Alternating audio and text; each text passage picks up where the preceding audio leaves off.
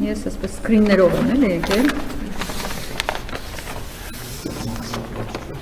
Մակուլատուրա չի չէ կարծում եմ։ Ինֆորմատիվ կողմի կարծում եմ սա։ Սա ձեր ընտանեկան լուսանկարն է, պարոն Փաշինյան, դուք եք Աշոտն է, Մարիամը,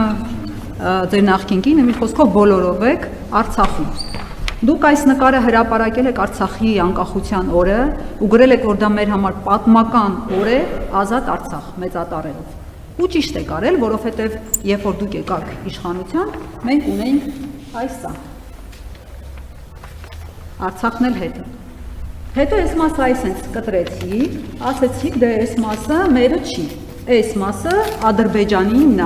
Երեք էլ Պուտինին ասում եք, որ ինքն է Ադրբեջանի տվել։ Այս մասը թողեցիք։ Հիմա դուք շրջում եք տարբեր դռնեդուր մարզերով այս սրանով, մեզ էլ ասում եք Արցախի անունը հանկարծ չտակ, ով Արցախի անունը տվեց ինքը Սադրիչ է, ինքը պատերազմի հրահրող է։ Ու Ալեն Սիմոնյանն էլ ասում է, ինչ է ուզում եք հարձակվեն մեր վրա, Երևանից մի հատ պուճուրիկ բան թողեն, մեզ բոլորիս արգելում եք Արցախի անունը տալ, ձեր խոսույթը հարմարեցրել եք այնպես, որ Ալիևը ձեզանից գոհ լինի։ Ու հատուկ Ալիևի համար դուք ունեք հետևյալ վիդեոն։ Ես հիմա միացնեմ այդ վիդեոն կարճել։ Մեր սահմանը էսա։ Տեղ գյուղից են կողմ Ադրբեջանի Հանրապետությունն է։ Սա դուք եք ասել։ Բայց մարդես կարող է Ալիևի մատը կպնի, մի հատ ուրիշ վիդեո միացնի ու շատ անհարմար բան ստացվի, խայտարակ ունենք օրինակ այս վիդեոն։ Տեղից հետո կարճ ասած Արցախի Հանրապետությունն է։ Կարծիքով տեղ գյուղը խորհրդանշում է Հայաստանի եւ Արցախի միասնությունը, Հայաստանի եւ Արցախի ժողովուրդների միասնությունը։ Տեղից հետո այս երկու վիդեոների մեջ տարբերությունը մի քանի ամսվա է, պարոն Փաշինյան։ Հիմա հարց, եթե դուք այսօր մի բան եք ասում, վաղը լրիվ հակառակ բանն եք ասում, ոնց ձեզ հավատանք, որ վաղը չէ մյուս օրը, արդեն ոչ թե սրանով դուք կշրջեք, այլ այստեղից, ասենք, այս Սյունիքի հատվածը այսպես կտրած կլինի, այստեղ Գեղարքունիքի մարզը կտրած կլինի, Սևանա լիճը արդեն տված կլինի Ալիևին, այսպես sense պատրած կլինի, ու այս հրաշած արդեն քարտեզ այսպես կդնեք դոշին, ու կասեք դե ժողովուրդ ջան, այս 16000 քառակուսին է մերը, դրանից ավել մենք չունենք։ Եվ երկրորդ հարցը վախկոտ գեներալների հետ կապված։ Դուք հայտարարում եք, որ մեր գեներալները վախկոտ են։ Ինչ եք դուք ուզում, որ մեր երեխաները, մեր թոռները հպարտանալու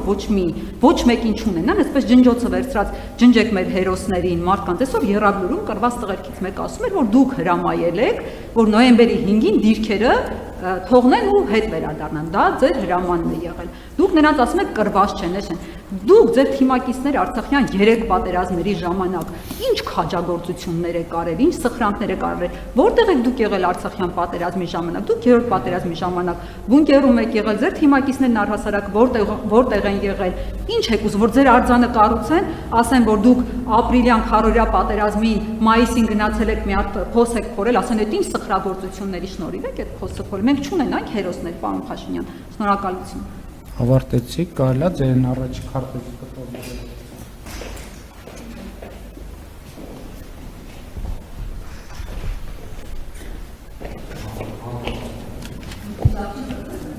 Տեսեք, ես ձեր ցույց տված քարտեզի վրա,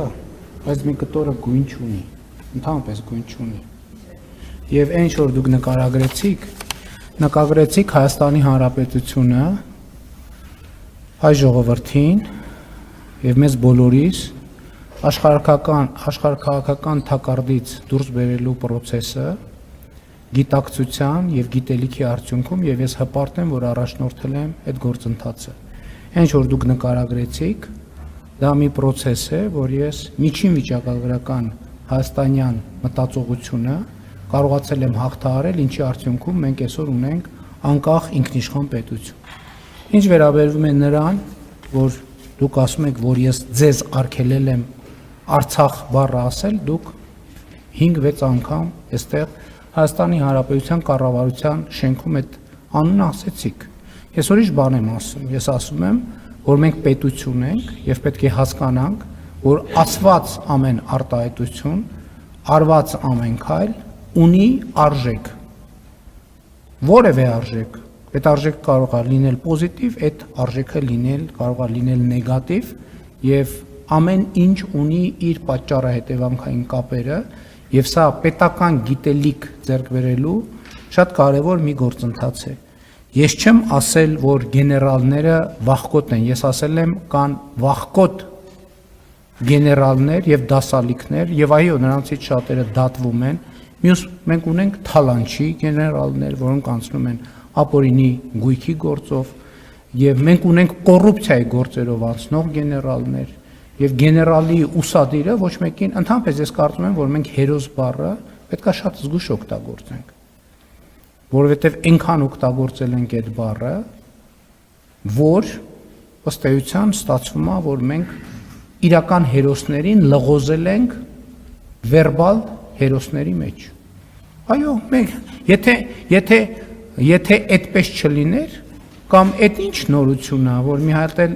նորից բան են դարձրել, վիճարկման առարկա են դարձրել։ Այն որ մենք տասնյակ հազարով մարտական առաջադրանքը կատարելուց հրաժարված մարդիկ ունենք, այսինքն այդ էլ պետք է ումից ենք թաքցնում, ուզում եմ հասկանամ, ումից ենք թաքցնում։ Այն որ որևէ ժամանակ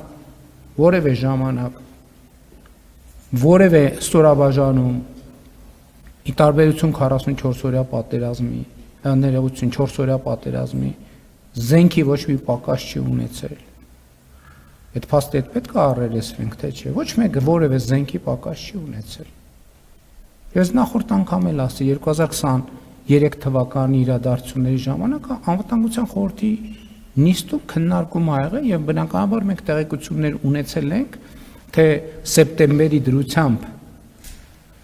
Ղարաբաղի տիրապետության տակ ինչ զենք զինամթերք ա եղել եւ ինչ հատվածն ա մտել process-ի մեջ։ Չնչին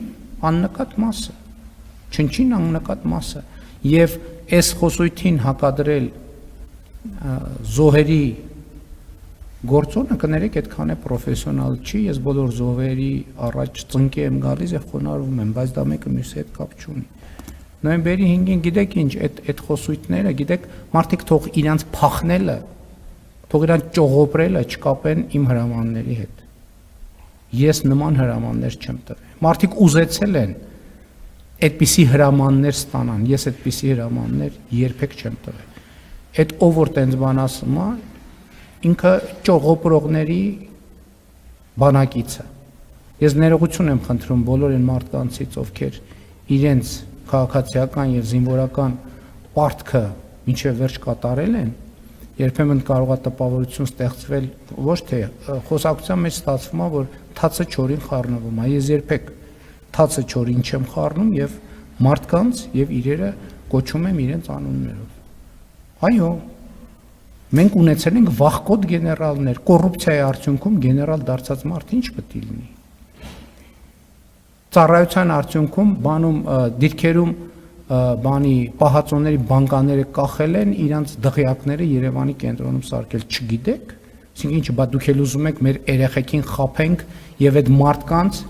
որոնք ոչ իրենց ֆիզիկական ֆորմայով կամ ընդհանրապես այդ զինվորականի տեսքա, փորները 3 մետրը դեմը գցած գեներալը ո՞րն է։ Այդ զինվորականի տեսքա ընդհանրապես։ Լուրջ եք ասում։ Այսինքն դասեք նախ սուրեմ էլի զինվորական ծառայություն ուրիշ բան է, զինվորական ծառայությունը պետք է ստանդարտ ունենա։ Զինվորականը պետք է ֆիզիկական պատրաստության որոշակի ստանդարտի համապատասխանի։ Բա որ հետո մարդկանց հետ բաներ են տեղի ունենում, ասում ենք ինչի են տեղի ունեցել։ Որտեղ մարդիկ կամ ֆիզիկապես, կամ հոգեբանորեն պատրաստ չեն դրան։ Պատրաստ չեն լինում։ Ես պնդում եմ, որ մենք ունեցել ենք եւ այսա ընթացքում կպարզվի, մարդիկ եկել են Ղարաբաղից ստեղ բան են լնում, կներեք արտահայտությանց տղամարդամիշ են լնում, բայց բան են եղել 44-օրյա պատերազմի ժամանակ նրանց պատմությունները, որ ուսումնասիրում են, մեկը խոճապ տարածող ա եղել, մեկը դասալիք ա եղել, մեկը որդուն դիրքերից փախցնող ա եղել։ Այդ հիմա հեշտ է օպերայում գալ կանգնել դոշ ծեծել։ Կպարզվի, ում որ կպարզվի, հերթով անունները կտանք։ Հերթով անուններ կտանք եւ կդատվեն այդ մարդիկ։ Եվ ես հույս ունեմ, որ Հայաստանի դատական համակարգը այդ մարդկանց հետ կվարվի այնպես, որ իրանք որ կոչմանը արժանի են, գան այդ կոչմանը հարցնեն, այսինքն շարքային։ Նրանք պետք է այդ կոչումներից զրկվեն, որովհետև այդ ուսադիրները կրելու իրավունք չունեն։